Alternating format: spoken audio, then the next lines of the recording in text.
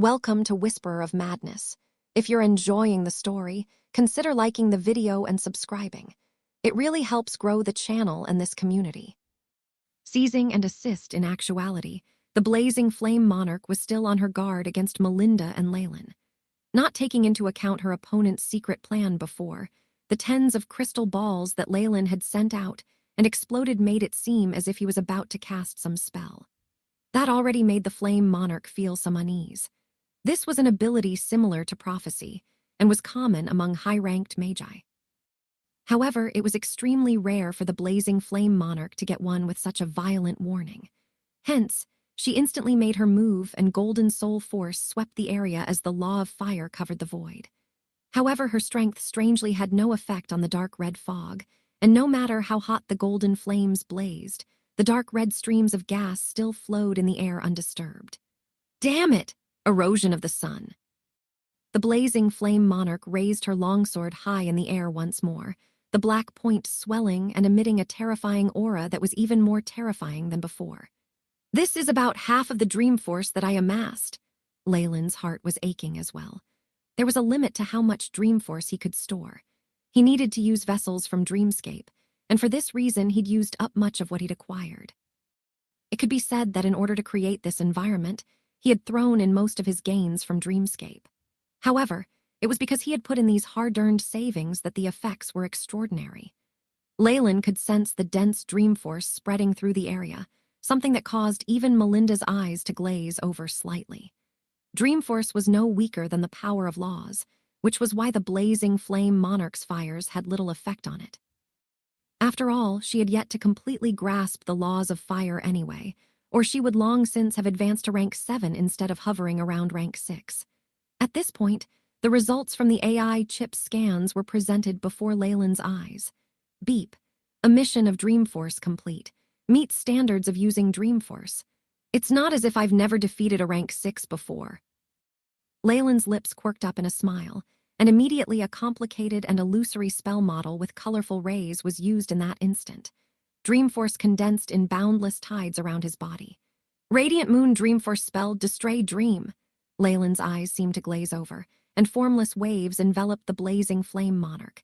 This is... The monarch's eyes showed her confusion, as the energy undulations from her body strangely came to a complete stop. Distray Dream. This rank 5 Dreamforce spell targeted a Magus true soul, and had a 90% chance of being effective on a radiant Magus, leading them to be unable to control themselves even if they were about to die. Even when facing a Breaking Dawn Magus, it had a success rate of over 50%. The blazing flame monarch was now in a dream, her true soul having lost its way. She was completely unable to move, and her only defense came by instinct.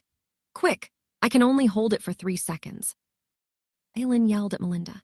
I never expected you to have a trump card like this. Melinda's head stared at Leyland, eyes full of meaning. Immediately after, flames began to burn and incinerate the remaining flesh and blood she had. A pure white soul figure suddenly emerged amidst the flames. Though I have a strong desire to expel the opponent's conscient and return to my body, there's no time. The soul figure suddenly broke through the boundaries of space-time and appeared in front of the blazing flame monarch. She was now in a despondent state, and her instinctive defense had no effect towards Melinda. The soul figure disappeared into the forehead of the monarch, the entire process going through without a hitch. Damn it! Get out! The Dreamforce quickly dissipated, and the blazing flame monarch had regained her senses. However, her expression kept warping and her muscles trembling. She abruptly raised her right hand, as if trying to pull something out of her forehead. Yet the left hand strangely grabbed the right. It was as if there were 2 people fighting in her body. As expected, in a situation with no other methods, Melinda chose to return to the main body. Watching this, a smile appeared on Leyland's lips. Melinda was merely an incomplete soul, while her opponent had the main body that had been tempered over thousands of years. Her soul force was tremendous beyond belief, and Melinda was surely no match for her. Her initial plan was to take advantage of the blazing flame monarch's strength being at a low, using Leyland and the rest to deal the monarch a serious blow. She would then destroy the soul and place her own conscient in the blazing flame monarch's body. It was a pity that the blazing flame monarch had a method of suppressing the injuries to her soul, which had caused setbacks in Melinda's plans. Thankfully, with the monarch of the skies helping from behind the scenes and the surprising strength of Joanna and Leyland, the situation had reached this stage. The situation was currently do or die. Perhaps Leyland had a chance of surviving a Breaking Dawn's hunt, but Melinda was definitely going to die. As part of the opponent's soul that had awakened its own senses and wanted to eliminate the main conscient, she would definitely be hunted down endlessly by the monarch. Hence, after weighing the pros and cons, the only thing she could do was take the risk and enter the other party's sea of consciousness and strive to achieve control over the main body. Though there was a powerful conscient in the sea of consciousness, it wasn't as if Melinda lacked any advantages. At the very least, she had an ally in Leyland. The blazing flame monarch had accumulated injuries over the various battles and the self-detonation, but she either had some secret methods or was forcefully suppressing them. This was why she was confident in her success. Though her chances weren't greater than 50%, this was a better option than dying without even a corpse remaining. Die, you unnecessary trash! An unusual scene appeared on the monarch's body. A few illusory female faces appeared on her own like layered masks. There was malevolence, anger, even peace on some. The one similarity was that they all looked like Melinda. I am the ruler of flames. How can I lose to you? A white illusory face abruptly emerged, its appearance and tone very similar to the flame monarch. Stop struggling, you are me. In addition, my control over the law of fire isn't inferior to yours. Melinda's face appeared as well. Following that, this face switched to one that was childlike, eyes full of tears as it gazed up at Leyland. Big brother, help me. How? Leyland's expression was cold. I can temporarily suppress her defenses. Use your soul force and invade the blazing flame monarch sea of consciousness. Believe me, this will be extremely beneficial to you. The young Melinda's expression was miserable and moving, yet Leyland remained apathetic. Yes, there are definitely benefits from experiencing how energy revolves in a rank 6 Magus body, and I'll even be able to make contact with the law of fire. However, I've my own method of dealing with this. Leyland chuckled, a malicious intent gleaming in his eyes. Don't worry, I'll help you now. Crimson rings of light formed at Leyland's back, causing him to transform into a terrifying ancient Chemian emperor, two gigantic amber pupils staring at the blazing flame monarch. You're thinking of... The young Melinda showed the expression of a struggle before she went silent, and the blazing flame monarch's face got out. Damned Warlock, what are you going to do? Boundless golden shackles appeared around the monarch. I'm obviously going to help. A callous voice was transmitted from the Chemian emperor, and petrifying light burst forth and caused the flame shackles to be covered with a layer of stone as they cracked. The Chemian emperor's tail ruthlessly struck the blazing flame monarch, and with a flicker of black light, she flew backwards a great distance. The defensive magic equipment on her body shattered. With the monarch's wealth, she definitely had at least a piece of high-grade magic equipment on her person, but under Leyland's attack it was as fragile as paper mache. This wasn't purely because of the frightful offensive ability of the Chemian emperor. It had to do in part with there being nobody controlling it. You! The flame monarch suddenly stopped speaking, and the sound of bones breaking could be heard, causing the soul's face to contort with pain. The light dulled by a large extent. Very good. Continue attacking her and attract her attention. Lights flashed and Melinda's face appeared. It's my pleasure to do so, Leyland laughed, and immediately after terrifying rumbling could be heard in the void. Pack, pow, pack, pow. The terrifying force from an ancient rank 5 creature caused the void to shake and the world crack. The blazing flame monarch at the center had now sustained injuries that were difficult to even imagine. If not for the support of the law of fire, as well as the durability of the body of a Breaking Dawn Magus, far exceeding that of regular people, she would long since have become minced meat. Two tiny worm-like souls nibbled away at the largest soul body on her face, causing the blazing flame monarch to let out cries of misery. Gradually, the soul's light dimmed and allowed Melinda to gain the upper hand. Good. That's enough. Stop attacking. When I've gained complete control over the body. Melinda's face showed her glee, but that quickly turned into an enraged shriek. What are you doing? She could see the Chemian emperor that Leyland had turned into constantly shrinking until it turned into a python that was only tens of meters long, abruptly charging towards her. Its fangs were bared. Departure and harvests, the Chemian emperor was originally over 100 kilometers long. but its figure had shrunk 1,000-fold as it became a python that was only tens of meters in length. Terrifying light burst forth from what used to be its scales. The two eyes of the python stared straight at Melinda, and her heart couldn't help but palpitate upon seeing the merciless expression in them. Leyland's voice came from the python. "You've had enough, but that doesn't mean I have. According to our deal, I've come for my reward." Following these words, the humongous python suddenly spread its mouth wide open, and a black hole formed within. "Innate ability, devour. New." In the midst of Melinda's pained cries, the Chem-In emperor that Leyland had transformed into bit ferociously onto the arm of the blazing flame monarch. Soon after, it ripped open the space without hesitation and escaped. Buzz. Its scales flashed with a glaring brilliance and even had traces of blood. Leyland had obviously used some sort of secret method that allowed him to disappear from Melinda's senses almost instantly. Whoosh! Golden blood droplets suddenly started splashing from where the arm was broken. Blood dripped into the empty space drop by drop, forming a large ball of golden flames in the blink of an eye. It was only now that Melinda started to let out a hysterical, blood-curdling screech. As a Breaking Dawn Magus, limb damage was not even considered a severe injury to her, but what Leyland had used earlier was his own innate ability, devour. He had bitten into her flesh and devoured her bloodline. This even included a portion of her comprehension of laws and her soul. Her comprehension of laws had been stolen. The anguish of her soul being ripped apart almost made Melinda think she'd returned to the moment when she'd split her soul. It was at this time that the blazing flame monarch's conscient, which had been suppressed, appeared suddenly and unleashed a ferocious counterattack. "Damn it! Damn it!" Melinda roared, and horrifying golden flames spread out in all directions continuously. Her other losses were still tolerable, but the disappearance of her comprehension of laws and the damage done to her bloodline could even make her drop in rank. The counterattack by the blazing flame monarch's conscient at this moment left her without any time to chase after and attack Leyland. She could only roar in depression and once again concentrate her energy on fighting the monarch. The pure gold flames gradually filled up the region, and even traces of dust were burnt until there was nothing left. Only the gigantic golden-yellow cocoon in the center was still throbbing rhythmically, as if a phoenix waiting to rise from the ashes. In a world where flames were everywhere, space was pulled apart as though it were a curtain, revealing Leyland's silhouette.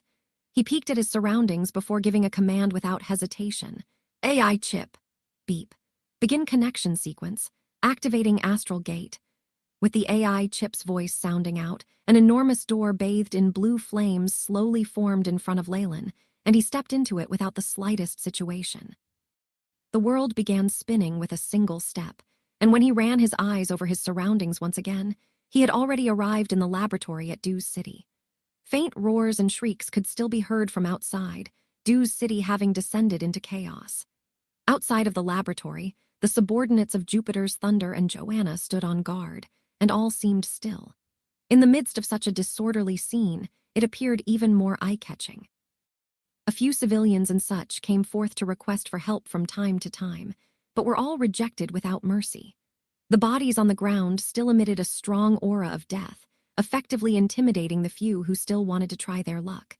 As for the biological beasts, having seen the terror that Leyland could bring, they had run away as far as they could long ago. Whether they created disasters elsewhere was not of Leyland's concern. "Sir." A few of the Morning Star Magi who were standing guard saw the astral gate open. Upon seeing that only Leyland had returned, their expressions changed.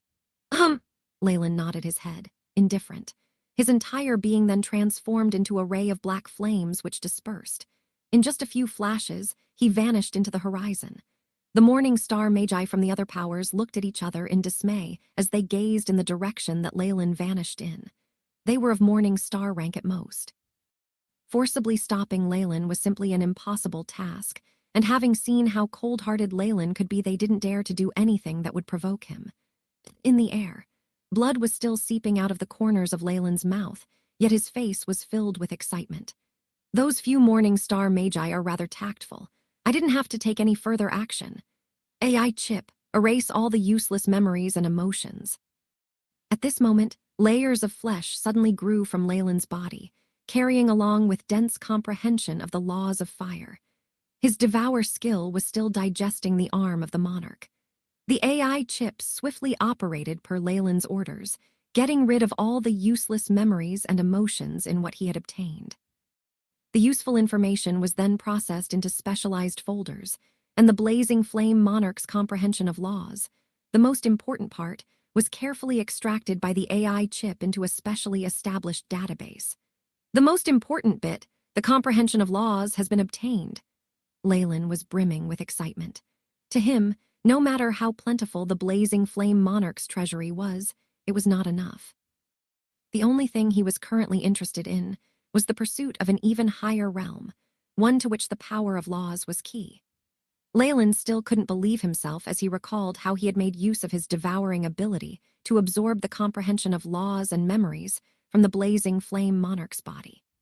The exhilaration and delight almost made him break through the boundaries that he had set himself and greedily take in everything that the blazing flame monarch had to offer. Luckily, at the final juncture, he forcibly controlled his body with an unwavering determination that was as strong as steel and left the fiery world. He didn't deal any killing blows to the flame monarch directly, as he was afraid of her counterattack. Regardless of the differences between Melinda and the original blazing flame monarch, with their lives under serious threat, there was a definite possibility of an alliance. In fact, the AI chip's derivations revealed that if Leyland took advantage of the time when both of them were battling, there wasn't even a 10% probability that he would be able to directly take one of them out. The remaining possibility was that both parties would ally under immense pressure, which would result in Leyland returning without achieving anything, or even resulting in his fall. In such a situation, Leyland would, of course, choose the method that was in accordance with his own interests and leave after fishing up the best gains. Although he was unable to get rid of the blazing flame monarch, making her suffer some losses was good enough. Initially, when he was extracting the blazing flame monarch's bloodline and laws, Leyland had almost lost control of himself, and the AI chip S had alerted him in time. He was so close to even being a threat to the flame monarch's life, which would cause unforeseen repercussions to the situation. But fortunately, all went according to Leyland's script. Although his final blow made the blazing flame monarch suffer heavy losses, it did not exceed Melinda's tolerance. Hence, she didn't choose to reach a compromise with the original conscient, and instead continued to annihilate her greatest enemy. It was because of this that Leyland managed to escape successfully. As for what happened prior to that, Leyland had simply scoffed at how Melinda had invited Leyland to help. While his soul force was relatively powerful, it also depended on what it was being compared to. In the face of the breaking dawn soul force of the blazing flame monarchs, his soul force was so meager that it was not worth looking at. Even if he was called in to help, he would just be a mere soldier who wouldn't even have autonomy over his own soul force. His life and death would be controlled by his opponent. What annoyed him even more was that, after fighting such a tumultuous battle, the items received would depend on whether the other party would fulfill their promises and also their mood. Leyland wouldn't do such a silly thing, of course. However, I didn't think that merely the arm of the fire monarch contained such a crazy amount of energy. Furthermore, there seems to be a mystery hidden in the knowledge and memories of the laws of fire. Leyland faintly felt like his body grew bigger, but it was actually an illusion due to the excessive energy in his body. The corners of Leyland's mouth curled up in a bitter smile as he recalled the past few times where he had transformed into the Chemian Emperor. No matter what he had devoured before, nothing had possessed such terrifying energy. It's fortunate that I chose to devour only one arm. If I'd chosen to swallow her whole, I'm afraid that even if she didn't retaliate, I would have burst apart due to this force. Leyland's gaze flickered as he changed his route of travel, his silhouette turning into a phantom. This ability was brought about by Dreamforce. Not only did it strengthen his resistance towards magic, it formed an illusionary force field which was effective at concealing his tracks. The fruits of this battle were plentiful, so much so that even the almighty Leyland needed to find a spot to digest them fully. Leyland didn't expect that what he originally thought would be a simple digestion process would end up extending into a few months. The blazing flame monarch had her own imprint of power of flames, and one of its characteristics was that it was extremely concentrated. This had given him a headache. A squirrel bounded about continuously, a pine cone cupped between its paws as it nibbled on it with its buckteeth as quickly as lightning. White mist encircled the mountain range that stretched endlessly into the distance. Together with the green forest, it formed a dreamlike scene straight out of a fairy tale.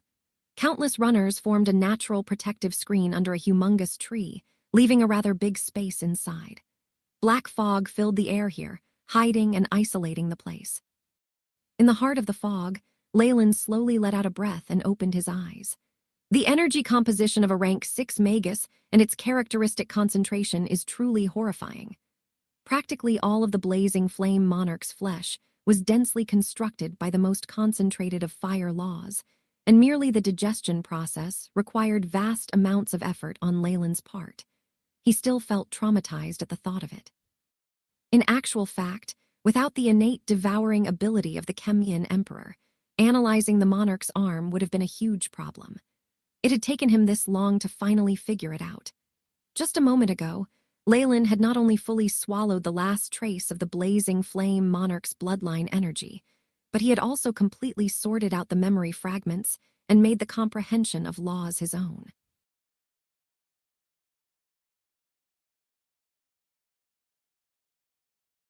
Flame laws the structure of a rank 6 Magus, blood and flesh, as well as information on the modifications to their body, gave Leyland much inspiration and sprouted fresh ideas. He had also obtained many other benefits from the blazing flame monarch's abundant life energy. He pulled up his stats with a thought, and quite a few of the information on the AI chip screen was refreshed. Beep. Discovered high-grade cell structure. Simulating. Host has absorbed large amounts of life energy. Vitality increasing. Beep. Host's soul has been strengthened. Spiritual force crossed bottleneck reached half moon. Beep. Host's stats have changed. Regathering info. It was after these messages that the AI chip showed Leyland's new stats. Leyland Farlier, rank 5 Warlock. Bloodline, Chemian Emperor, complete form. Strength, 76 Agility, 62 Vitality, 176.9 Spiritual Force, 2003.5 Magic Power, 2003. Magic Power is in synchronization with Spiritual Force. Soul Force, 200 Half Moon. Leyland had long since expected a rise in soul force, but the huge increase in vitality gave him a great surprise. With a treasure like the Phoenix Egg, raising his soul force wasn't an issue. It was just that his body couldn't keep up. It was funny now that he thought about it. Most warlocks' vitalities surpassed the growth of their spiritual force, but he was different. He progressed much too quickly, to the point that his spiritual force advanced by leaps and bounds and left his vitality far in the dust. A half-moon trussel and such soul force. Leyland focused on his point mass. His trussel was perfectly round as before, but the cold light of his soul force already occupied over half of it. A trussel like this is very powerful, but in comparison to a rank 6 Magus, it's quite lacking. Leyland sighed, thinking back to the trussel of the blazing flame monarch that was like a scorching sun. The soul force seemed to have solidified. A trussel like this could be said to have reached a peak, and could exist for a long time even without the Magus body. Soon after, he couldn't help but burst out in laughter, finding himself too greedy. The path of a Magus was one of accumulation.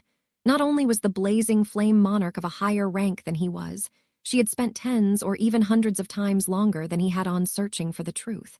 He was confident that, once he reached breaking dawn, his trussel would not be second to hers. And this, Leyland began to check all his profits. He'd been assigned many treasures from the attack on Dews City, a portion of the holdings a rank 6 organization had amassed over time. Whether morning stars or even radiant moons, everyone would go green in envy at such wealth. And yet, these things were all additional items to Leyland, not something he paid much attention to. What he was more interested in was the information recorded in the AI chip. Soul-splitting technique. Leyland glanced through a document in the AI chip while muttering to himself. He'd gotten this terrifying technique that could split apart a Magus, trussel, when he'd taken advantage of Melinda earlier. This technique could separate a trussel into 2 parts, forming individual bodies that could think for themselves. It could also be used to discard unnecessary emotions or memories from the main body of a Magus, an extraordinary effect. Sometimes, psychological issues can be a hindrance to the advancement of a Magus. This technique is even better for warlocks. Perhaps Afa and the others would be more than willing to take out all their wealth in exchange for this. Leyland stroked his chin. After obtaining this trussel splitting technique, they could strip off the berserk emotions from their bloodline instability by placing it in another soul. To some extent, this was a way to completely cure the Warlock's bloodline instability. A rational Warlock still retained their advantages but had no weak points. It was a terrifying thought, but it had one small issue. After the trussel was split into two, the separated soul was, in some way, an individual body of its own. It could even become like Melinda, forming a will of its own and becoming hostile towards the original Magus. However, because they had originally been one body, Magi could not just destroy this parted soul, or else their trussel would be affected. They could only choose to banish the soul or suppress it, which would leave a danger lying around. Whatever it is, this technique is very valuable. If not for that being an emergency, Melinda probably wouldn't have given this to me. Leyland thought about Melinda. The female Magus had initially been one with the blazing flame monarch, but there seemed to have been some issues when splitting the trussel which led to her returning for revenge. She's lost part of her energy and bloodline, and is also facing issues from the cracked soul which haven't been solved yet. It'll be difficult for her to recover to her original strength. Leyland's eyes flickered. This was a situation he had intentionally created. The conscient of the original flame monarch was done for, and Melinda had to heal the wounds to her body and soul. None of these were easy tasks. It would be a miracle if she could even remain at rank 6. Leyland thus concluded that the blazing flame monarch's organization would die down for a very long time. After gaining control of the body, Melinda wouldn't be the same as the monarch was before, and it was unknown whether she would come after him in the future. He'd made the best choice in the situation. "AI chip, show me the database on the blazing flame monarch," Leyland commanded. Immediately after, a large file was projected in front of Leyland, the information within an incomplete mess. Leyland hadn't just devoured his opponent's flesh and blood with his innate skill. He'd also managed to absorb her memories and her comprehension of laws. However, due to a lack of time, the memories he had were incomplete. Yet, they were good references for the AI chip. Leyland's eyes scanned through these incomplete memory fragments and came to the deepest ones. The few fragments here were like crystals that gave off a majestic aura, emitting burning hot rays of light. Given that this was how the information was being displayed within the AI chip's database, it aroused Leyland's interest. Beep, comprehension of the laws of fire incomplete. Unable to scan and present as data, host needs to perform a soul force probe. The AI chip's explanation rendered him speechless. This was the bit on the comprehension of laws that the AI chip had separated from the remaining memories in the bloodline Leyland had forcefully obtained. However, it was currently in a strange state that even the AI chip could not decipher.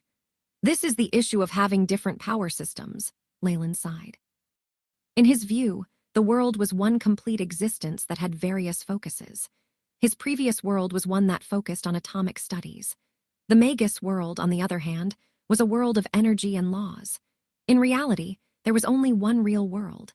Atoms, energy, and laws were all just the same thing viewed from different perspectives.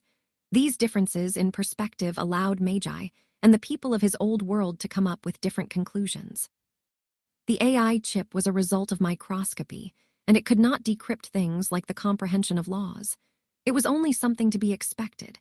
However, with its continuous upgrades and the establishment of the database on the soul, the AI chip had made continuous progress. It now accepted the embodiment of energy and laws.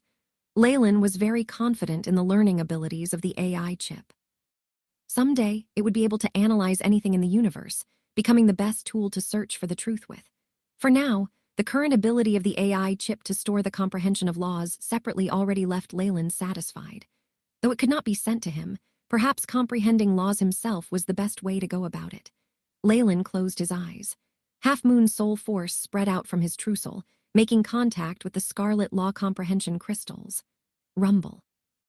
A vast current gushed forth, and Leyland felt like an ordinary being standing amidst a flash flood in the mountains. Terrifying force weighed down on him from all sides, pushing and pulling at him with immense power.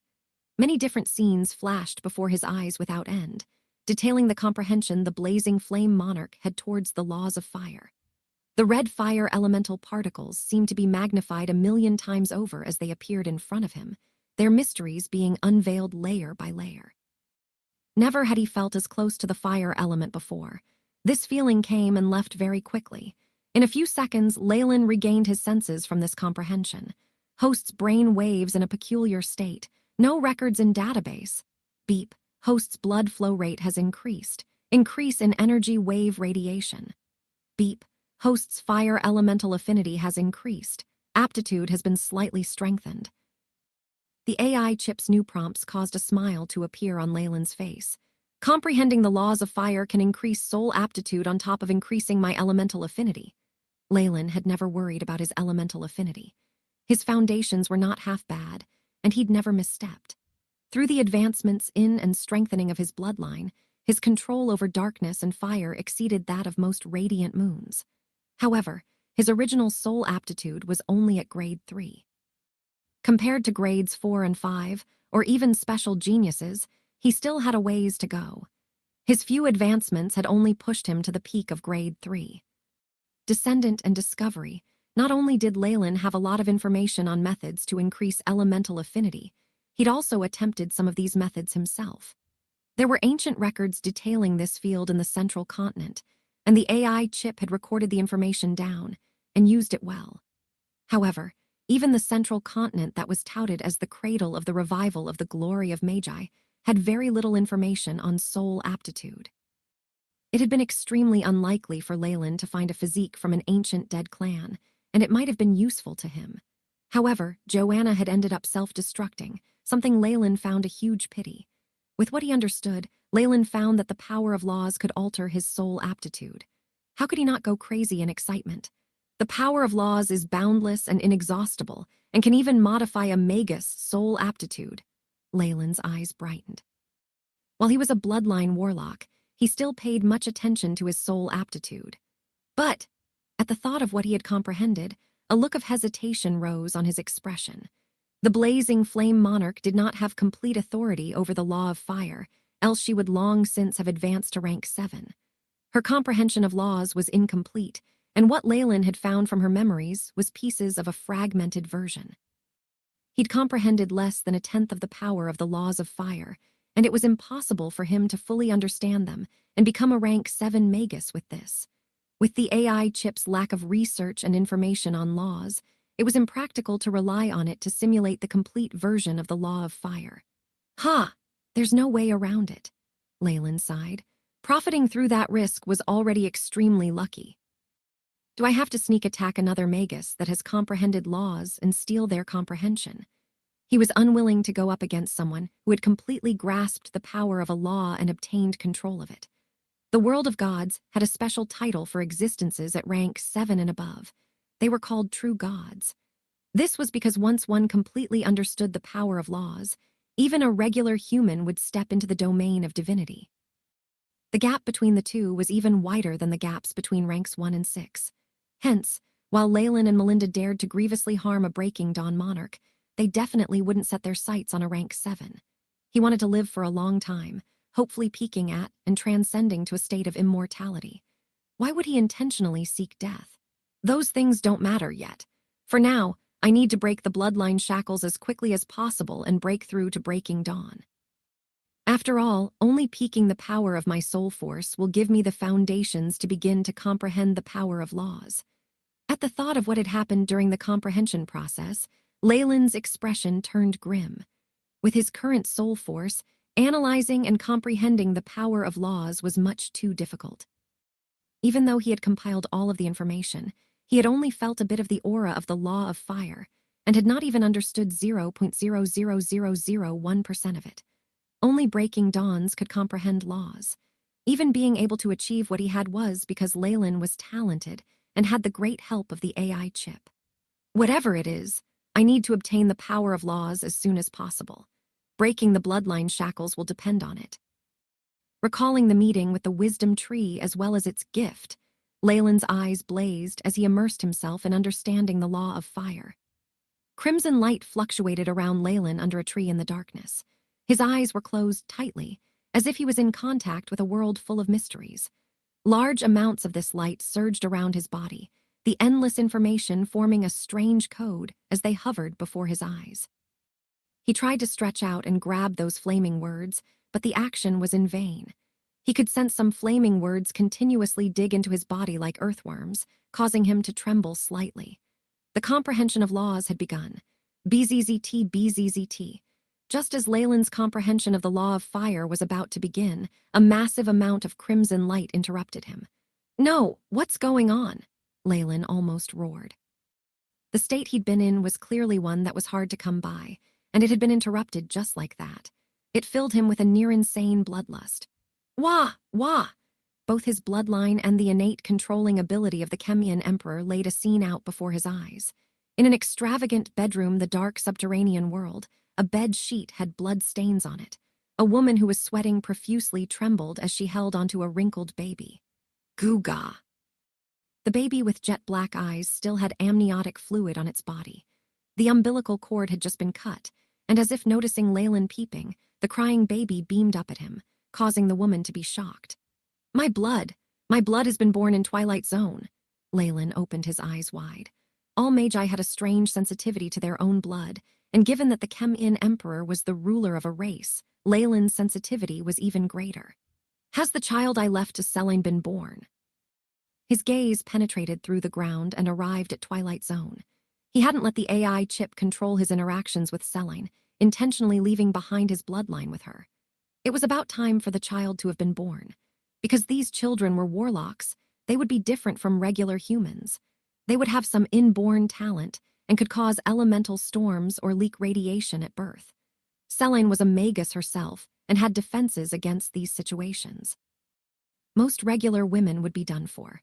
The younger generation would mature quickly with Leyland's rank 5 Chem-In Emperor bloodline, and they would definitely be terrifying beyond belief.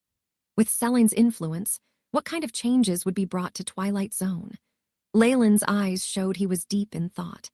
And yet he was the same detached Magus after all, and he waited for a long time after observing the law of fire. With a slight sigh, Leyland placed his attention on himself, and the AI chip's prompts popped up. Beep. Host beginning to grasp unknown force, determined to be power of the law of fire. Fire elemental affinity increased by 50%. Host's soul aptitude has been strengthened. Recalculating, determined to be upgraded to grade 4. My elemental affinity and soul aptitude have been upgraded after crossing the threshold of comprehending laws. Leyland was surprised by this. From his days as an acolyte to the current day, he'd only been able to raise his soul aptitude to the peak of his initial grade of 3. This one step he took into comprehending laws had pushed it up a grade, something with a terrifying meaning. However, that would be it for Leyland's current soul in terms of comprehension of the power of laws. He was only a radiant moon Magus after all, and his true soul was still at half moon and hadn't even reached peak full moon. It couldn't support the study of laws.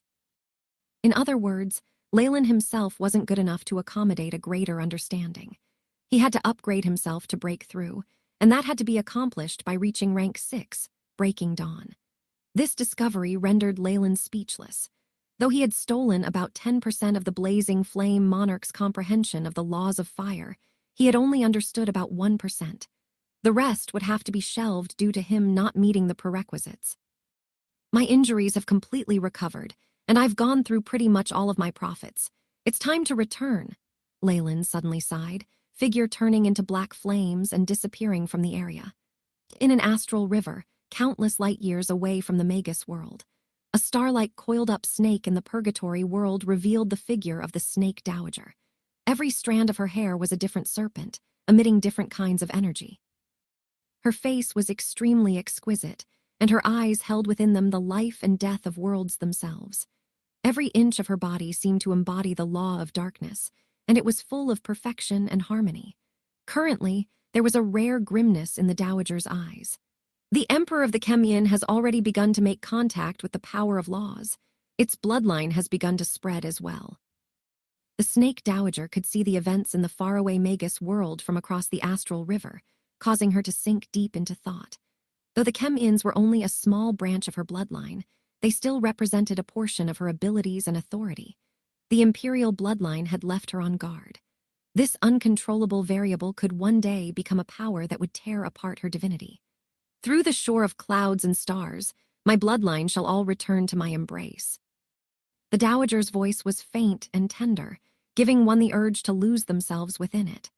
With what sounded like a prophecy, a tremendous illusory world slowly emanated from behind the snake dowager, and as if she was stepping through time and space, she entered the Magus world. Wooden house, and meeting it was as if he had gone through a long fall. Leyland felt like he was in another world when he finally touched the ground. What is this place? Observing the dusky fog of the mountains and the black forest in the distance, he sank into deep thought. Caw, caw, caw. A crow with 3 blood-red eyes spread its wings and took off from a tree branch beside him, leaving behind a few fallen feathers. Its piercing shrieks spread far and wide. AI Chip, Leyland subconsciously commanded. Beep. Beginning scan of surroundings. Scan completed. Begin. The AI Chip's voice was normal at first, but near the end, it suddenly grew rough as if it was facing some strong interference. AAH, AAH, AAH. After some time, the voice changed to become piercing feminine shrieks. They grew higher and higher in pitch until they threatened to blast Leyland's eardrums apart, at which point he had no choice but to order it to halt operations. Wind probing. Leyland stretched his arms out, and light green wind elemental particles gathered around him, the slight green wind elemental particles gathering extremely slowly, causing his brows to furrow. Soul force appeared, causing a light green gust of wind to spread in all directions. This seems quite familiar, but I just can't put my finger on it. Leyland frowned, feeling as if his memories were shrouded by some fog. Yet he managed to remember a lot of things, such as his magic. Still, he seemed to have forgotten something important, and it gave him a bad premonition. Soon enough, the scattered wind gave him some results which let him know of his current location. He was outside a forest, and there was even a dark red river flowing nearby. There was a wooden house not far away, with what seemed to be a human figure inside. This range, Leyland's brows furrowed. Not only is it difficult to use spells at all, even their effects have been suppressed to a large extent. Could this be some high-ranked world? The temperature of the forest lowered with the setting sun, and the fog around him grew denser. It even turned a dark red, which sent a chill down Leyland's spine. He quickly got out of the area and arrived at the wooden house he had discovered. Golden roses were in full bloom behind the fence, and traces of gray smoke rose from within that allowed Leyland to feel some warmth. The wooden door creaked open, and a kindly woman walked out. The woman seemed rather young, around 20 years of age at best, but the intelligent glint in her eyes made Leyland feel like she was someone with abundant experience. "Little brother, you're back." The woman chuckled after seeing him, the brilliance of her smile leaving Leyland intoxicated. It was as if the flowers surrounding her bloomed with her laugh. "Who are you?" Leyland couldn't help but ask. "Me, I'm your sister. This is your home." The woman's face was beautiful, and the brilliant golden strands of hair that blew in the wind felt familiar to Leyland. "My home," Leyland mumbled. "Yes, your home, welcome back." His gentle sister spread her arms wide open as if wanting to give him a warm embrace. "You're my sister." Leyland kept repeating it over, and the beautiful woman's face gradually matched to one in his memories. "Yes, little brother, you're finally back." There were tears in the woman's eyes. And yet he suddenly felt immense terror as her arms approached him for an embrace. An unknown malicious intent caused him to quiver in dread. "Wait, I'm Leyland Farlier, a bloodline warlock from the Magus world. Why am I here?" A voice kept shouting out in his mind, but Leyland could no longer control his body. His limbs moved automatically, and he was only one step away from pouncing into a hug. Defiant ring of fire, shadow of quandary, dark serpent tendrils. Spell models flashed one after another in front of Leyland's eyes, but his spells that had already been suppressed to a large extent seemed to lose all their abilities. No energy was emitted at all. "Come back! Come back! Come back!" The faint voice caused Leyland's eyes to show further perplexion, and the surroundings of the wooden house underwent a huge change. The dark red fog grew more dense, and the bright golden rose gradually wilted to reveal white skeletons below. A few small snakes slithered out of the occasional eye hole. The wooden house had changed behind the roses, becoming a coiled-up bundle of snakes. A few triangular serpent heads popped out from it, spitting out a dark red poison. In an instant, the peasant home had turned into a terrifying hell. This feeling of suppression is familiar. Streams of dark red fog automatically invaded Leyland's body, and it caused the familiarity to grow more intense. Finally, light flickered in the depths of Leyland's eyes. "It's Dreamforce. This is Dreamscape. I've been dragged into a dream." Beep. Host determined to be in Dreamscape. As if the fog in his memories had been completely swept away, the AI chip's voice was no longer that of a shrieking woman. It grew clear once more. Feeling his elemental control and his soul force being isolated, Leyland's thoughts flashed to something. Dreamscape is a profound world that rejects all powers that are not Dreamforce. Come back. At this moment, the fingers of the woman nearby were about to touch Leyland's face. In that case, a spell model was abruptly transferred to him by the AI chip. Rank 4 Dream Spell Illusory Scepter. Large amounts of Dreamforce waves gathered in Leyland's hand, forming a strange ancient scepter. Go away! Leyland pointed the scepter at the woman, and dark red demonic flames sprayed out of it. Ah! The woman screamed, covering her face and retreating. Who are you? Leyland's expression was very serious as he watched the woman who stood up once more. A large portion of her face had disappeared, but strangely enough she had no reaction to it. There wasn't even any blood at the site of the injury. I never thought you'd have already altered yourself for Dreamscape and grasped control of Dreamforce. The woman spoke dully, but the familiar voice made Leyland's pupils shrink. You're the snake. Rumble. The scene broke apart, revealing an astral river that stretched through the void. A star-like bundle of snakes opened up in the river, revealing the snake dowager within. My child, return to my embrace. The snake dowager's voice held within it some bizarre attractive force, causing the blood in Leyland's body to boil, out of his control. A voice inside urged him to submit and fall at the knees of the dowager. Large numbers of giant snakes were hissing and roaring at him, the sound waves causing his expression to change. This is not purgatory world, but a dream. My free will shall not be controlled by anything else. Snake Dowager, your biggest mistake today was dragging me into Dreamscape. A decisive look immediately appeared in Leyland's eyes, and an even more illusory, dazzling spell model formed in his hands. Rank 5 Dream Spell Destray Dream. Strange undulations shrouded the region. Feeling wetness across his cheek, Leyland opened his eyes to find a strange, large beast looming over him with its mouth wide open. Its scarlet tongue licked at his face, and a terrible stench assaulted his nostrils. The Central Continent's bone-gray badger. Then this is the real world, which means I've escaped. Leyland's eyes regained their radiance as he easily chased the monster away, glee apparent on his face. He took a look around and found skid marks on the ground, greenish-yellow soil peeking through the tracks made in the grass. That's right.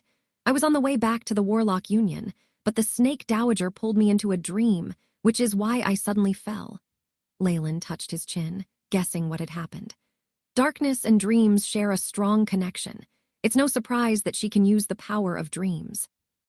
The only thing she didn't expect was that I'd already undergone Dreamscape alteration and be able to use Dreamforce. Cold sweat streamed down Leyland's back. If not for his prior experience with Dreamscape, the consequences of being pulled into that dream would have been disastrous. There was a huge gap between the Magus world and Purgatory.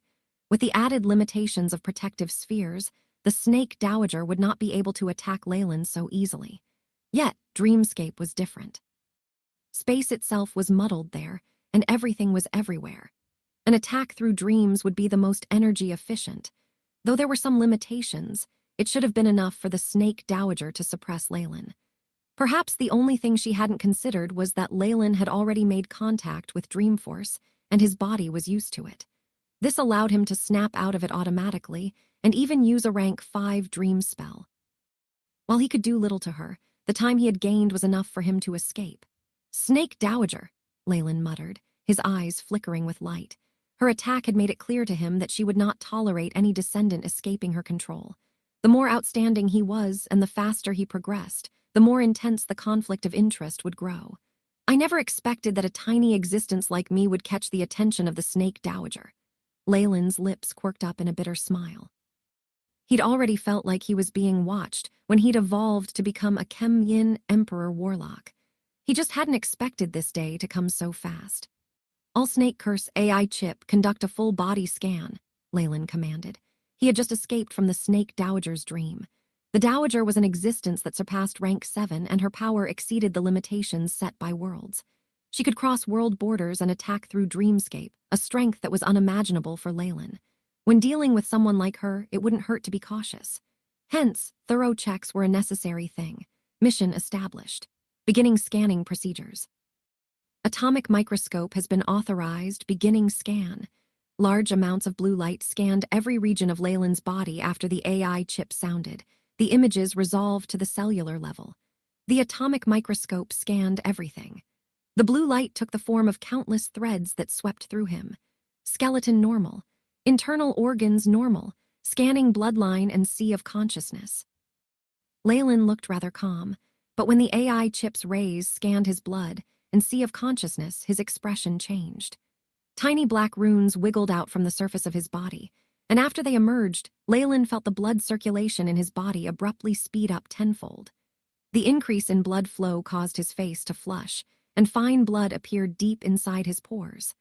The black runes crawled to his forehead, forming the image of a little black snake. Around this snake was a ring of tiny pointed runes, resembling chains and a cage that kept the snake within. What's going on?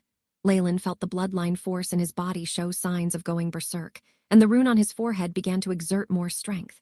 It was restraining him. His bloodline force was rebelling against its owner and restraining him. It sounded like a joke, but Leyland did not find it funny at all. "Quiet down. Innate spell of control," Leyland exclaimed. HSS, the terrifying image of a Chemian emperor, appeared behind him. Currently, the phantom was encircled and bound by a circle of black chains as well. The massive Chemian emperor hissed and roared, but it had no effect on the bindings. There were even sharp barbs on the chains, and they pierced through his scales into his flesh. The intense pain was transmitted directly to Leyland's true soul. HSS, the Chemian emperor roared again, but this one seemed very feeble. Still, the will of a rank 5 ruler could somewhat control the rebellion of the bloodline force, and allowed the odd phenomenon in his body to calm down. What is this?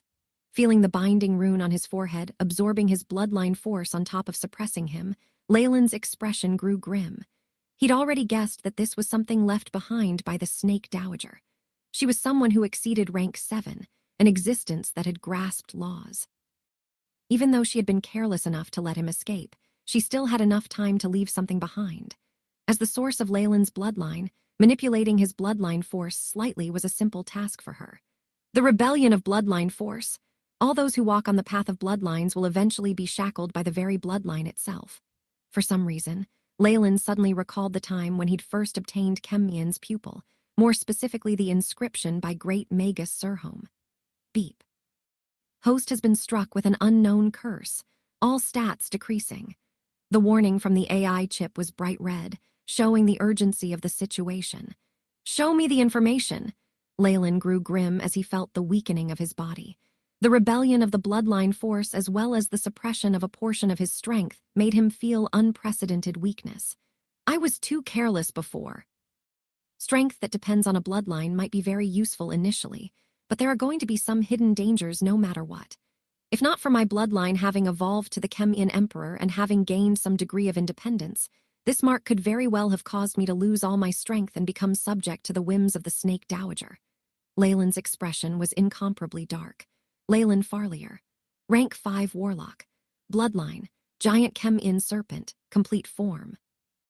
Strength, 45-76, agility, 40-62, vitality, 100-176.9, spiritual force, 1013.5, 2003.5, magic power, 1013. Magic power is in synchronization with spiritual force.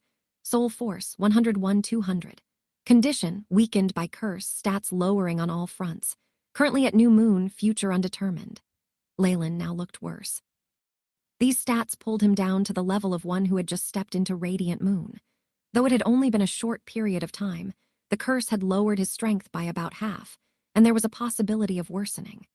Leyland looked at the future undetermined in his status screen, and his voice was icy as he asked, "What does future undetermined mean?" Based on evaluation of model, the curse will continuously absorb the host's bloodline and increase its capabilities. The host's stats are set to continue to decrease, and there is a possibility of a permanent drop in rank. The AI chip quickly answered him, but Leyland had nothing to rejoice over. Decrease? To what extent? Unknown. Possibility exists of a complete loss of bloodline force. The conclusion given by the AI chip caused Leyland's expression to grow even more serious. Is it the bloodline shackles or a backlash? Or is this something the Snake Dowager chains her younger generations with? In an instant, Leyland's mind came up with many possibilities. This force was evidently linked to his bloodline force, and the closeness far exceeded Leyland's expectations. In order to go further on the path of a warlock, one would need to be modified by bloodline force, which was why it equated his own power. However, when the Snake Dowager became hostile, Leyland finally knew the terror of the incomparably tame bloodline force when it rebelled. Debts had to be repaid. Bloodline warlocks relied on their bloodline force to amplify their progress, and be it in rate of advancement or battle strength, they exceeded their peers at the same rank. However, they were restricted by bloodline shackles, and once one met the source of their bloodline, there was no way to fight back against them. No, they, whose souls fused with the source of their bloodlines, would not even have thoughts of rebellion. Leyland was sure that if Gilbert or any other Chemian warlock was in his position, they would not even resist the Snake Dowager. Their wills were all subservient to her. This control extended past their bloodlines and into their souls. This was a powerful manipulation of souls. Unless one changed the soul, it was impossible to eliminate any influences. He.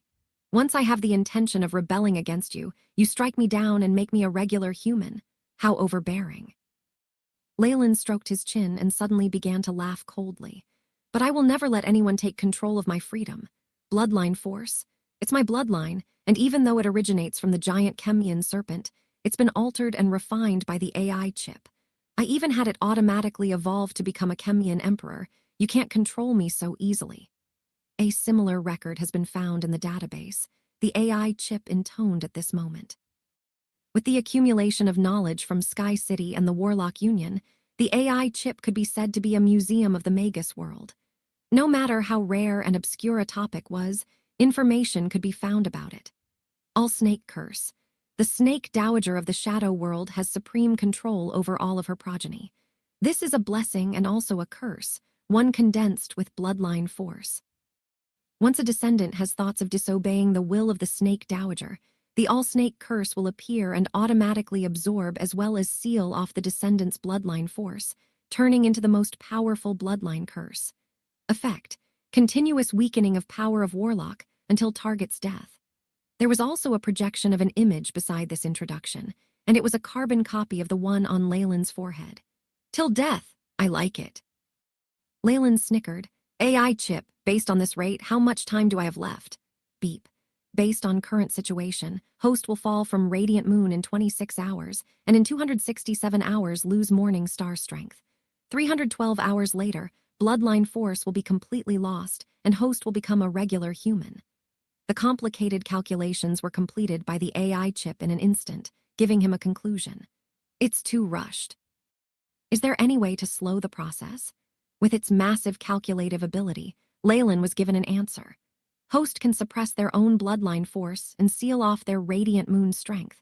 Such a situation can easily extend the period by 3 years in tandem with the Medusa's gaze potion. The All-Snake Curse was a curse that absorbed his bloodline force, which was why sealing his own strength would slow the effects of the curse temporarily. Leyland nodded, but suddenly froze. Sealing off my radiant moon strength means I'll be able to maintain this condition for 3 years, but I can't use any strength at rank 5. In that case, if I were to meet a powerful enemy, Leyland knew fully well that the more he used his own power, the closer he was pushing himself to death. However, his enemies would not let him off so easily, especially the Snake Dowager. With the attacks from Dreamscape, he'd been forced to run for his life constantly, and this situation would force him to use his bloodline force. He had then suffered the backlash from the All-Snake Curse, which was probably her intention. In that case, she definitely won't give up after one attack. Leyland's pupils shrank abruptly. HSS. At the moment these thoughts emerged, his Trussel was distracted as he entered Dreamscape once more. A terrifying, gigantic white snake was spitting out its tongue, its gaze of one looking at a dead man. Mask of the Dreamless, AI chip, conduct scan, Leyland ordered, and the AI chip quickly sent a passage of information to him. Alabaster Devil Snake, rumored to be a descendant of the Snake Dowager that inherited Dreamforce, likes to torture its prey in their dreams before digesting them, matures at rank 5. It gave him a thought. Even the Snake Dowager needs to use a large amount of energy in order to send Dreamforce to a faraway world. That's probably why she just activated the all-snake curse and then left the rest to her children. HSS. At this moment, the alabaster devil snake was flicking its scarlet tongue as its blood-red eyes were fixed on Leyland. Its body rumbled as it moved abruptly, turning into a streak of white lightning. "There's no choice but to act," Leyland laughed wryly, the energy in his body beginning to boil. Dream spell. White lightning seemed to flicker through the void, and when things returned to normal, Leyland was back in the real world. At this moment, his face looked wretched. The all-snake curse on his forehead spread a lot of black veins, greedily absorbing his own bloodline force and turning the strength from his own body into a curse. It was a continuous cycle with no cure. Warning. Warning. Host's bloodline force has reached the threshold and is about to drop from Radiant Moon. The red warning prompt the AI chip sent out caused Leyland's heart to sink. While he'd done his best to hold back his strength, in order to escape from Dreamscape, he had no choice but to use dream spells and his bloodline force. It had provided the all-snake curse WT an opportunity to act up. "No, this can't go on. AI chip, set up a maze in Dreamscape," Leyland quickly commanded. The possibility of being dragged into a dream and assaulted from all sides caused his face to turn dark. Beep, mission established, beginning projection of guiding coordinates. Setting up Dreamscape firewall, the AI chip immediately intoned. That was the result of Leyland's studies on Dreamscape. He could try to prevent others from pulling him into a dream, and while he did not know how well it would go, it was still better than nothing. Making use of this borrowed time that would be hard to come by, Leyland immediately started on other plans. AI chip, begin procedure D23, let's forge the mask of the dreamless. This command was to make the necessary preparations for the Snake Dowager attacking through Dreamscape. Mission established. Beginning simulation. Materials required. 300G of luck alloy, tooth of single-eyed snake. These were all materials Leyland had found could isolate Dreamforce in his previous experiments. A black gas appeared on his body with the AI chip's report, and the materials it had mentioned floated out from a flickering light in his waist pouch. A bundle of demonic black light was formed, devouring the materials. Leyland looked calm as he watched the materials dissolve in the flames, occasionally making some seals and transferring some refining runes into the flames. Just these few casual movements were extremely fluid, exhibiting the terrifying abilities of a Grandmaster alchemist.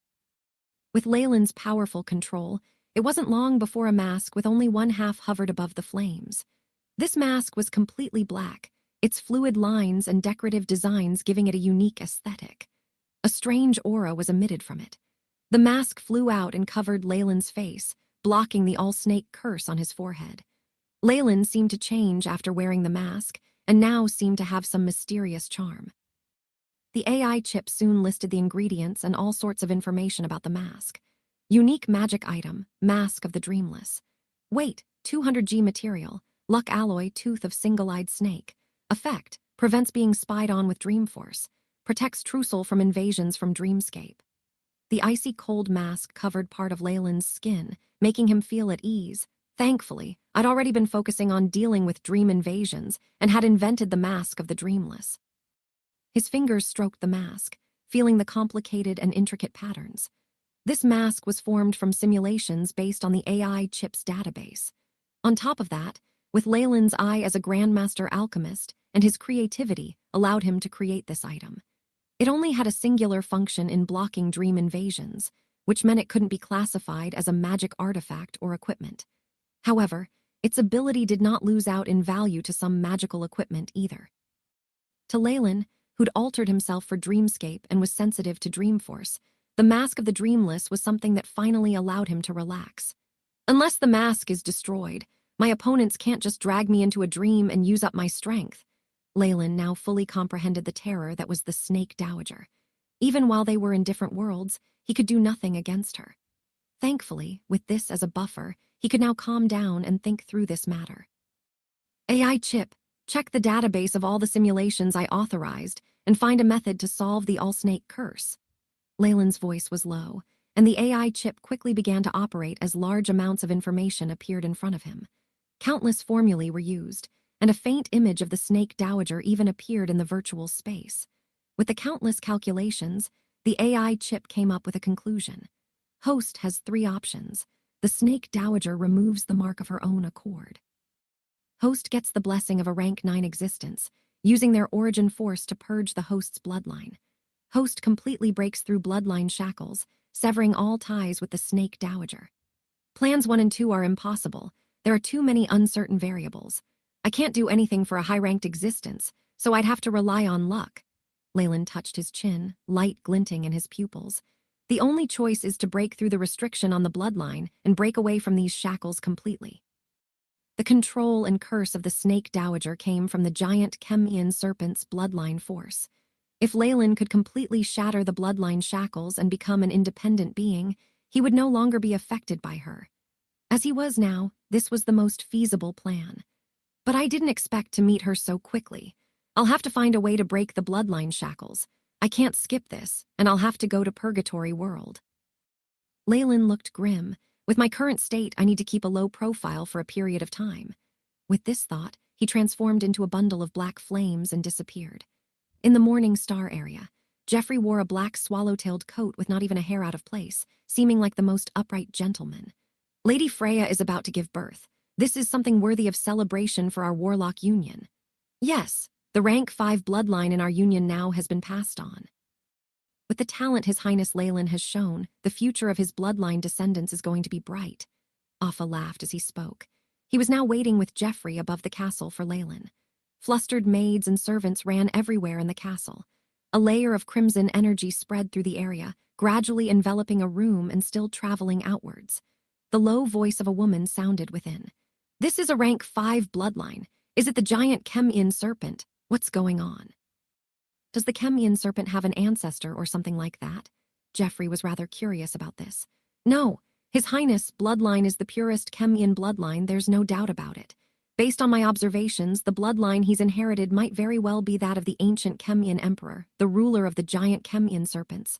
Offa's voice was soft, as if he was revealing some huge secret. HSS, in other words. Jeffrey sucked in a breath of cold air. Yes. The royal family of the Ouroboros clan has appeared. There is no leader more proper than the Chemian emperor. Ruling bloodlines held immense control over bloodline clans. This was the same case with the Snake Dowager over Leyland, and based on his Chemian emperor, bloodline Leyland had authority over the lives and deaths of the Chemian warlocks under him. His bloodline definitely ruled the Ouroboros clan. The Ouroboros clan will forever be subservient to the ruling bloodline to the day that the bloodline dies off. Unless that happens, betrayal will not occur for eternity. Offa's voice was still as low as before. We have to be even more prudent when dealing with His Highness. That I know, but Bevis. Jeffrey could only laugh wryly. No matter what organization it was, the appearance of talents like Bevis and Leyland were worthy of celebration. However, the two geniuses did not see eye to eye, which resulted in a great catastrophe. To be honest, the reason they were here was to serve as protection and as a warning. If not, Leyland would definitely not let Bevis go. If he were to do anything drastic, the consequences were not anything they wanted to see. Otherwise, even for the birth of a child with a rank 5 bloodline, there wouldn't be 2 Radiant Moon warlocks on guard duty. At the mention of this, Jeffrey seemed to think of something and suddenly asked, Lord Offa, did you see the news regarding the Blazing Flame Monarch? Return and birth, of course. The Blazing Flame Monarch's lair in Dews was destroyed. Even the whereabouts of a breaking dawn like the Monarch are unknown now. How would I not know of something so big? There was a bitter smile at the corner of Offa's lips. This was the biggest news these days in the central continent. No, for the core of a rank 6 monarch's power to be struck so severely, this was something that hadn't happened in the past few thousand years. News concerning the Blazing Flame Monarch themselves being seriously injured, and their whereabouts being unknown horrified Offa and the other Radiant Moon warlocks. This was a rank 6 Magus, a breaking dawn. It was someone who'd come into contact with the power of laws. Even with the amplification from their bloodlines, and having transformed the Morning Star area into a large fort, in front of such an existence, they could only defend themselves.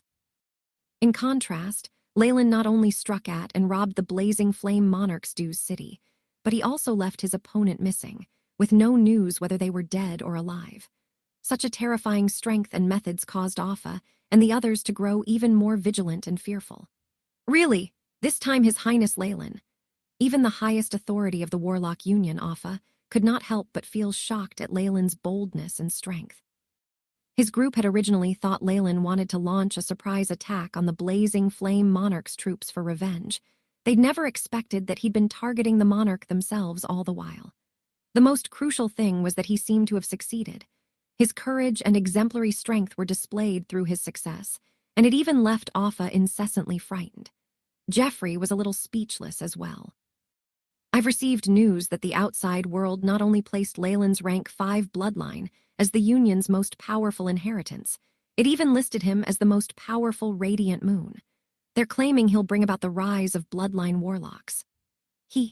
Dee thought before that he already had a deep understanding of Leyland's prowess, but he hadn't thought that his previous performance was only scratching the surface of his abilities.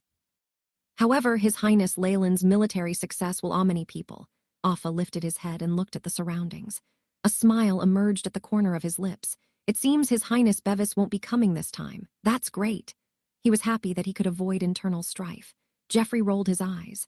After learning of Leyland's feats, how would he have the guts to come here? We're just here in case anything happens. Even he had no choice but to admit a slight fear of Leyland's methods. You dare offend me? I'll show up at your doorstep to kill you. I won't bother with your soldiers or anything. I'll eliminate the mastermind directly. How many come is how many I will kill, even if the opponent is a monarch. This method that went against common sense would usually be suppressed by the masses, but if one possessed enough power to contend against the opponent, they would turn into the largest threat. At the very least, it was very clear now to Bevis that if he tried any tricks, even if he didn't act himself, if Leyland thought he did it, he would find and kill him. Be it Offa or Jeffrey, their counsel would not help. As for the other warlocks of the Union, even if the blazing flame monarch hadn't been eliminated, they'd at least sustained grievous injuries. Did Bevis believe that their help would equate to breaking Dawn's strength? Actually, this is also a good thing. Offa let out a faint smile. For now, His Highness Leyland, said to be invincible below breaking Dawn, is the warlock with the greatest hope of advancing to rank 6, gaining a military deterrent like that will greatly improve our circumstances in the central continent. Invincible below breaking Dawn. At this moment, a figure emerged before Offa and Jeffrey. His voice was extremely familiar, but it caused their expressions to change. Your Highness Leyland. Jeffrey looked at Leyland, who suddenly appeared, fear secretly emerging in his heart. He and Offa were radiant moon warlocks, and on top of that they were actively monitoring their surroundings. Even the flow of energy particles in the air could not escape their senses, yet Leyland had bypassed them so easily to appear behind them. Didn't this mean that, if Leyland intended it, he could mount a sneak attack on any of the warlocks here? Only now did Jeffrey truly realize how different Leyland was from before. The current him indeed was the hope of the bloodline warlocks, the warlock invincible below breaking Dawn. Leyland was wearing a dark gold Magus robe, and it was as if the aura on his body had completely vanished. It left Jeffrey unable to measure him clearly. On top of that, Leyland currently had a strange black mark covering half his face, and it caused him to be slightly doubtful. This is... Offa took the initiative to ask. Ah, Leyland touched the mask on his face. A small injury I got a while ago. Trying to cover it up would easily arouse suspicion, so he felt like he might as well admit it. Indeed, the terror of a breaking dawn is hard to resist, Offa nodded, deep in thought. The opponent was indeed a monarch. No matter how powerful Leyland was, avoiding injury was impossible. Offa had formed his own picture of things with Leyland's misleading words. The wound on Leyland's face had automatically been categorized as the aftermath of his confrontation with the blazing flame monarch. Before I forget, it's been a long time, Your Highnesses. A wicked smile adorned Leyland's face as he took the initiative to make a bow. Freya and the Ouroboros clan have been in your care during my absence. This humble servant is thankful. Don't mention it. Your Highness managed to destroy Dew's city in one move, even inflicting serious damage to the blazing flame monarch. Compared to such great news for us suppressed warlocks, is this anything big? Offa and Jeffrey answered respectfully. No matter what, the friendship of a warlock invincible below breaking dawn would be extremely beneficial for them. Let's skip the words of thanks. May our friendship last forever. Leyland smiled. He certainly knew what these two warlocks wanted. Of course. Our friendship is like a bond of brotherhood. Offa and Jeffrey were both warlocks with age and much knowledge, while Leyland, too, had a multitude of experiences. The three warlocks kept flattering each other and beat around the bush, but did not get to the point. Watching Leyland's carefree attitude, even as if he didn't care much for Freya, who was in labor downstairs, Offa could not help but secretly call him an old fox in his mind. Still, he took the lead to question him. "We're not sure what the results of your highness' trip this time was. The Blazing Flame Monarch." Of course, the life and death of the Blazing Flame Monarch was their priority. And how could the news in the outside world be more accurate than the account of Leyland, who was one of the parties involved? This also was a measure of Leyland's military strength, and would have an inexpressible change in the dynamics of the central continent afterwards. They had no choice but to be concerned. "Oh, about that. I'm sorry," Leyland laughed with embarrassment. "Although I took dues down with some like-minded friends, and even attacked the fiery world and inflicted serious damage to the Blazing Flame Monarch, I still couldn't quite kill them." Although this was just a short and simple explanation, just the dangers implied by them caused Jeffrey and Offa to break into cold sweat in terror.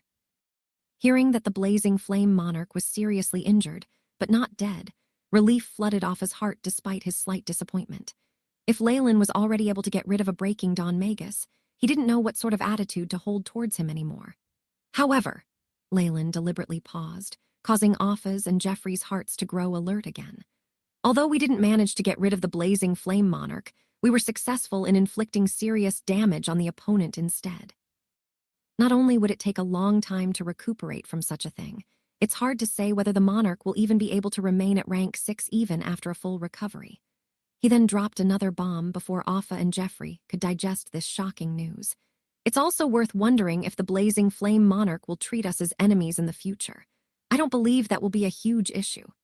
The explosive news that Leyland dropped one after the other caused Offa and Jeffrey to be dazzled. They couldn't understand at all. The Blazing Flame Monarch could possibly fall in rank, and on top of that end, their enmity with warlocks even in spite of such great losses. How was this even possible? However, looking at the proud Leyland, Offa and Jeffrey couldn't help but consider this possibility from all angles. Leyland smiled. The Blazing Flame Monarch had lost a part of her laws of fire, sustained serious injuries, and worst of all experienced the trauma of her trousseau being split and fused back together. With so much damage being stacked on her, if Melinda was able to recover even within a few hundred years, Leyland would look up to her. Furthermore, the Blazing Flame Monarchs could thoroughly be suppressed or annihilated by Melinda before that. Whether the current Blazing Flame Monarch could still maintain her previous attitude of desiring the extinction of bloodline warlocks remained to be seen. Although Leyland was ruthless in his betrayal, they were still allies after all. With her power weakened, what she needed now was a peaceful environment to recuperate in, not an impetuous vengeance. Leyland believed that an old witch like Melinda would easily be able to think of that. Hence, it was almost certain that even the extremist portion of the Blazing Flame Monarch would choose to stay low profile and live in seclusion now. Although this was the case, the obstinate ruthlessness the Blazing Flame Monarch showed towards warlocks was deeply seared into their minds. They wouldn't be able to react to this quickly at all. Seeing them like that, Leyland could not help but feel slightly amused. And at this moment, "Wah! Wah!" an infant's cries echoed from the castle. The loud and clear cries strangely reverberated through the entire castle, a hallmark to this child's remarkability. Departure and twilight, and now my second descendant is born. Leyland didn't know himself what he was feeling exactly, but the birth of a descendant still caused a slight tenderness in his heart. "Please excuse me," he said to Offa and Jeffrey, knocking them out of their stupor. "Of course, Your Highness, go handle your own matters first," they answered with understanding. Black flames flashed as Leyland disappeared, only to arrive at a room in the castle. This luxurious room was filled with the smell of blood and amniotic fluid. A few wet nurses had already collapsed on the floor, the main culprit being the infant that was still crying out loud. These wet nurses had been carefully selected, and almost all of them were rank 1 warlocks. Still, the power from the rank 5 bloodline in the child's body surpassed the limits of what they could bear. After all, Leyland, Freya, and the rest normally suppressed their vital radiations on purpose to avoid polluting the surrounding environment. A newborn couldn't possibly have such awareness. As the infant wept, darkness elemental energy particles emerged and began circling around it. Black flames burnt constantly, beginning to wreck the surrounding furniture and bed sheets. Its spiritual force and bloodline force are rebelling. Instead of frightening him, this news actually made Leyland glad. This child's innate skill is very high. This degree of rebellion did not bother him, and he easily suppressed it as he held the infant up. Seemingly due to sensing the bond of their bloodline, the infant immediately stopped crying upon seeing Leyland and even let out an innocent smile. Being a peak rank 3 warlock whose vitality surpassed most others, Freya had managed to maintain her consciousness till now. When she saw who had arrived, she was shocked at first but then relaxed. "Dear, our child." "Yes, our child is born. It's been hard on you," Leyland comforted her gently, his palms still caressing the forehead of the infant in his embrace. Black light flashed in the room, causing it to fall into a deep slumber. Just like this, Leyland embraced the child and accompanied Freya quietly. Even though she was a warlock, the fatigue due to the pregnancy and labor of a child with such a unique bloodline still caused her to fall into a deep sleep very quickly. A legacy of the bloodline, eternal from generation to generation. Leyland seemed to grow some special feelings as he looked at the soundly sleeping infant in his hands. The pursuit of eternal life was the dream of all humans, but there were almost none who succeeded in the endeavor. Hence, there was another method. By producing offspring and passing down their bloodline, one could achieve a sort of immortality of genetics. Then there was a sort of spiritual immortality. By passing on one's own knowledge and perception of the world to others, teaching students of one's culture and wisdom, one could achieve an immortality of its own. Descendants would need to be nurtured. One would need to inculcate their own ideas in their blood descendants, spreading their knowledge. This, too, created an eternal life in some sense. As long as this tradition was passed from generation to generation, one could be considered as having partly accomplished the goal. Hence, be it in his previous life or in this world, humans always held feelings for their descendants. Although individuals who broke this norm did exist, they were not the mainstream. To Leyland, passing down his bloodline was not only a means to form his power.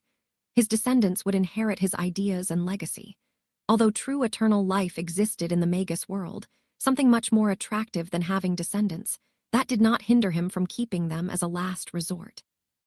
Power of its bloodline is very rich, but it also conceals some dangers. Soul force swept through the infant, revealing everything about its body before his eyes. Leyland's eyebrows furrowed. At rank 5, the Chemian Emperor bloodline would definitely be detected by the Snake Dowager. With him taking the heat, these bloodlines that were diluted with others might not be given much attention, but even small movements, combined with the infant's inability to stay on guard, would lead to complete annihilation. Hence, he had to take precautions. "AI chip, construct a dreamscape defense," Leyland commanded. The AI chip quickly responded. Beep. Mission established. Beginning to transfer runes. Misty runes began to appear on Leyland's hands one after the other, forming a unique seal that merged into the infant's back before flickering and fading. The possibility of his bloodline attracting attention was already very low. With the addition of these defenses, it should be negligible. Leyland was nodding as he thought of Celine. "I still need to find the time to make a trip to the Twilight Zone."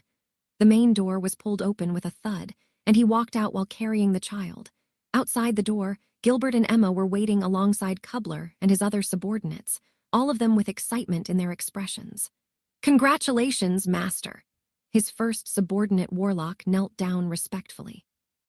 Cobbler's actions were followed by the loud sounds of congratulations.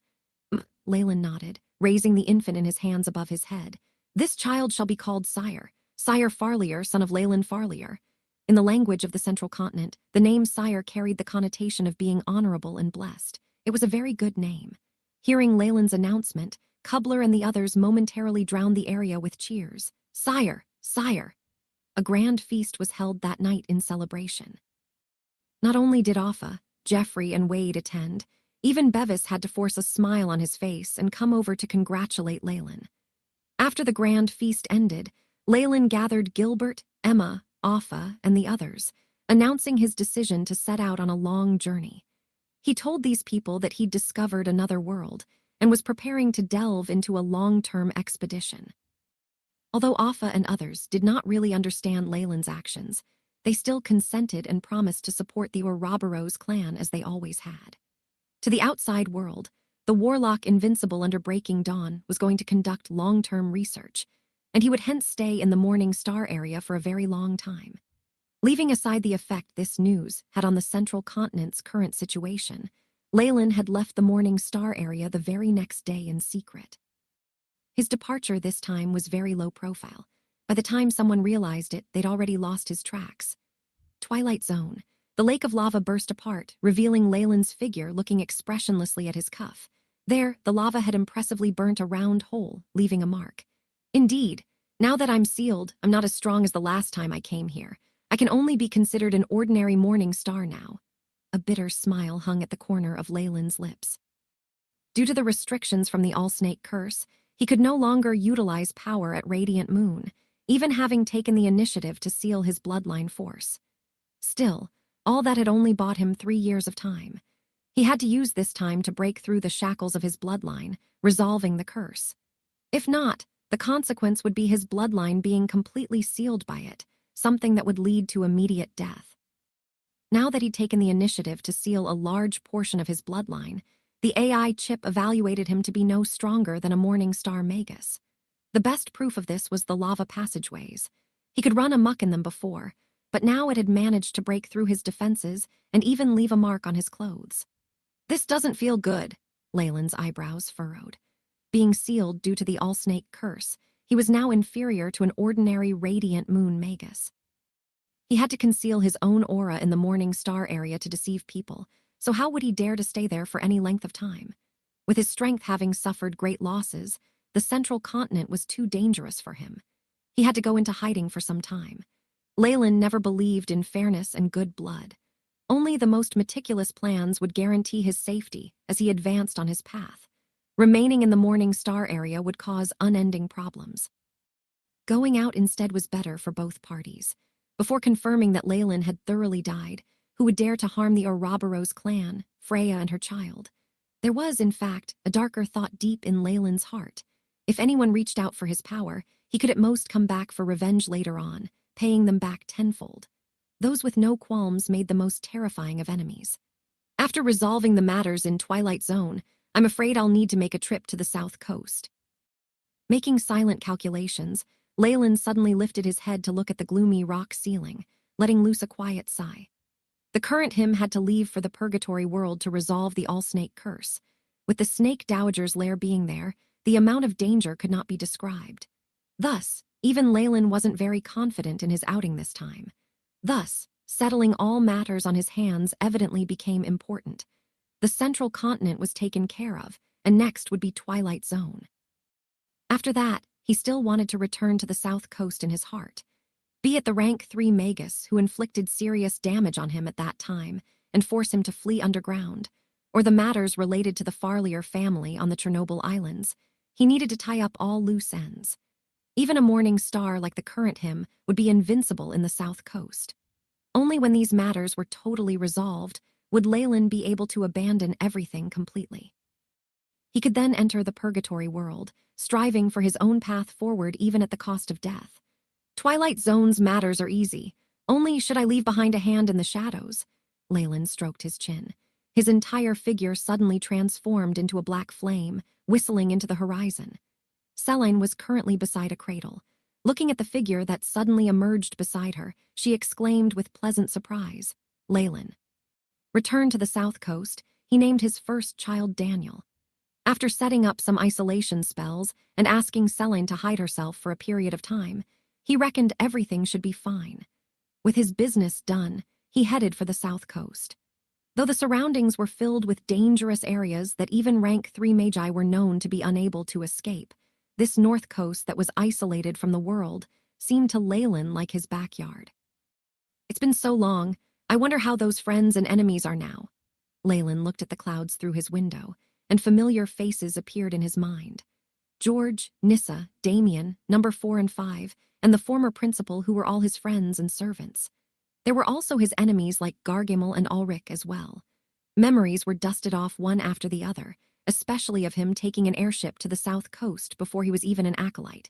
It all seemed as if it had happened yesterday. Time flew by in the blink of an eye. Leyland raised his arm, glancing at his youthful and energetic palm as his mind drifted away once more. With 5th grade aptitude, Jaden should be alive and well even now. As for George and Callyware, after all, one's sole aptitude is the most important thing for a Magus. Leyland sighed. If not for choosing the path of a Warlock, he would likely still be stuck as a rank 1 or 2 Magus, even with the help of his AI chip. Forget Morning Star, the current him had even reached the Radiant Moon realm, something unheard of in the South Coast. His bloodline had a large part to play in these advances. Things were always unpredictable. Besides, Leyland looked at the near volcano city and let out a sinister smile. Red light circulated around his hand, and through his bloodline he could feel the activity of other Farlier descendants in the nearby Teljos city. Descendants of Viscount Farlier. Leyland laughed. Didn't I not have any siblings before I left? Viscount John Farlier is very much like our ancestors indeed. Leyland still held some attachment towards the Farlier family. After all, his current body came from them. Even though he'd sent Damien over to protect them along with number 4 and 5, he still couldn't thoroughly cut his ties to them. Still, because it was difficult for him to face them at that time, he'd done it anyway. A few hundred years had passed since then, and all that would be left of his relatives and friends would be ash and bone. This would make things easier for him. All he needed to do was give a few benefits to his descendants, and everything would be fine. Attention to all passengers. The airship is arriving at the terminal in Teljos City. Please gather your belongings and leave the ship in order. The gentle female voice sounded again. Furthermore, the next flight will begin half a year later. The airship will circle the Eastern Line. Please make any reservations if need be. One final announcement. Traces of the primordial spirit slaying sect have been detected in the eastern portion of the city. Please be careful. The first few announcements didn't net much of a reaction from the passengers. After all, the airships here were not comparable to those of the central continent and needed a period of maintenance after each flight. If not for the fact that Teljos City was the trade center of the South Coast, they wouldn't have set up any airship routes at all. The last announcement with regards to the primordial spirit slaying sect, though it wreaked havoc in the hearts of the passengers when it was made known. What do we do now, Darlie? The primordial spirit slaying sect's disciples are all madmen. Won't it be too dangerous for us in town? A few female magi near Leyland got anxious. Rest assured. Teljos City is one of the main camps of the Light Magi, and Lord Ulrich is protecting us. Nothing will happen here. Forget that. Aren't the death soul protection and soul pollution isolation spells our forte? The girl named Darlie quickly calmed her partners down. The presence of the Light Magi and Ulrich gave them a lot of confidence, and even the rest of the airship's passengers started to quieten down afterwards. Primordial spirit slaying sect, Ulrich. Leyland laughed. It seems like I can settle that debt quite easily this time.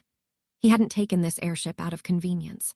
There was a slight sentimental value to it, but most important was that it would allow him to collect crucial information.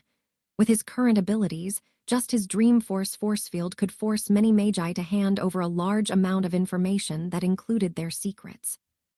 With the AI chip's abilities added on top, Leyland grew more or less clear on what had happened in the South Coast after he'd left. During his escape after the fight for the essence of the Wisdom Tree, the Light Magi had suffered great losses. This incident had sparked off the Third Great Magus War. With multiple rank 2 Light Magi injured or killed, the Dark Magi were stirred into action. With the additional encouragement from the incident with the Wisdom Tree, they started vying over the Eternal River Pocket Dimension and launched the war. High-level members, all previously hidden from the world's eyes, emerged in an unprecedented battle above the Thousand Soul Island. Spells of darkness and light blotted out almost half the sky, and the battle ended with the island sinking down. Both parties had suffered great losses. The Third Magus War was supposed to last for a long time, but it was halted abruptly due to the appearance of another strong party. Right after the battle at Thousand Soul Island ended, the ancient primordial spirit slaying sect took advantage of the fact that both sides were severely damaged and rose quickly in power and position. Their leader was rumored to be the terminator of all souls, Gargamel. Members of the primordial spirit-slaying sect were demon fanatics, and even wantonly collected souls in the South Coast, regardless of whether they belonged to magicians or humans. They also didn't care whether they were attacking light magicians or dark ones. All in their sights were attacked. With so many souls in hand, Gargamel's power recovered quickly. It had even advanced to the peak of rank 3 in a short period of time. With all this, both sides decided that they could not let such a thing go on, quickly ending their original war and cooperating to suppress Gargamel's rise along with her primordial spirit-slaying sect. Finally, in an intense ambush, the rank 3 magi of all three sides suffered grievous injuries or even death, and the magi used their many inherited treasures to inflict great damage to Gargamel and the sect. But Gargamel was indeed an ancient demon. It had managed to escape from the dark and light magi and recuperated in hiding, silently waiting for a chance to make a comeback. Rumors in recent times said that Gargamel's wounds were healing quickly, something that explained the increasing activity of the sect's members. They were conducting massive blood sacrifices and collecting souls. The entire South Coast was laden with anxiety. So to say, the South Coast is currently experiencing a three-way stalemate between the Dark Magi, Light Magi, and the Primordial Spirit-Slaying sect. Leyland yawned. Even if he'd sealed the majority of his abilities, enemies of such a level were still ants to him. Let's end things here quickly and find the purgatory world. My time is far too precious. Leyland stood up and came to the entrance queue, waiting to alight. Darley and his partners were in front of him. Hey Darley, look. The hunk who sat with us before is here too. The female Magus in front tugged on Darley's sleeve. Yeah, let's go strike up a conversation. I'll count myself lucky today, none of you can fight me. You guys. Darley's voice was soft and she looked like she was done with them. Aren't you guys afraid of offending him by speaking so loudly when we're so near? And didn't you guys try the other time as well? That sir over there hates to be disturbed. The female Magus looked at Leyland stealthily again after Darley finished her words. The elegant black robe exuded a sense of royalty, and the black mask on his face gave Leyland a few pints of mysteriousness. Though only half his face was revealed, the charm he gave off unknowingly was driving all the female magi mad.